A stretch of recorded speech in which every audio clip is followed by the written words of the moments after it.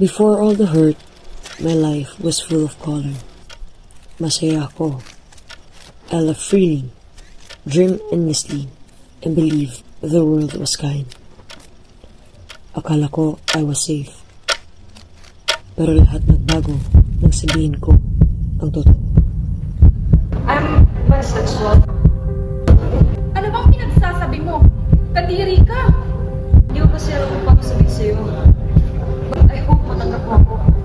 Homophobic lang, homophobic! I trusted her enough to tell her who I truly am. Akala ko she'd hold my truth gently, pero hindi.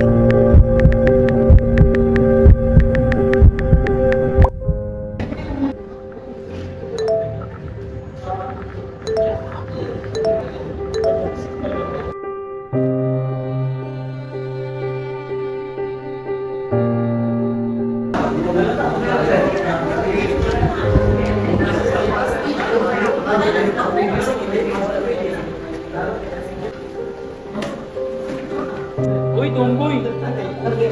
You know what, Ishi? I looked you up before. Pero ngayon, And from that moment on, everything changed. Kenneth, let's go. The light in your world slowly faded. They mocked me, laughed behind my back, judged me just because of who I am. My gender became a shadow, something they used to haunt me. I tried to smile, to stay strong, pero habang tumatagal, I got tired.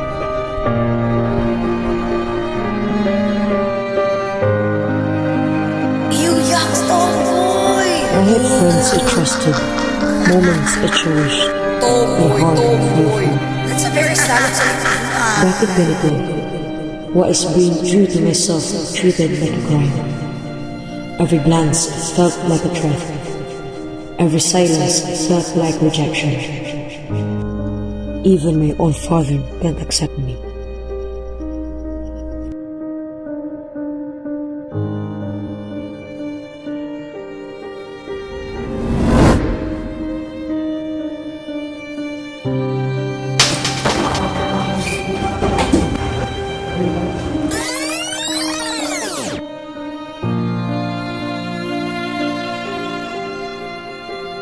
This letter isn't weakness.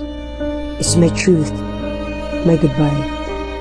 Sana balang araw, may taong tulad ko na hindi na kailangan dumaan sa ganito para maramdaman ang pagmamahal. Maybe in another world, being real won't be a crime. I never wanted to disappear. I wanted to be seen.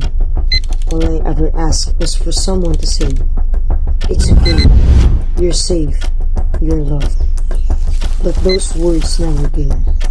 Instead, I carried the silence like a wind. And now, I leave behind a voice that was never heard, hoping one day, someone will speak up louder for those like me.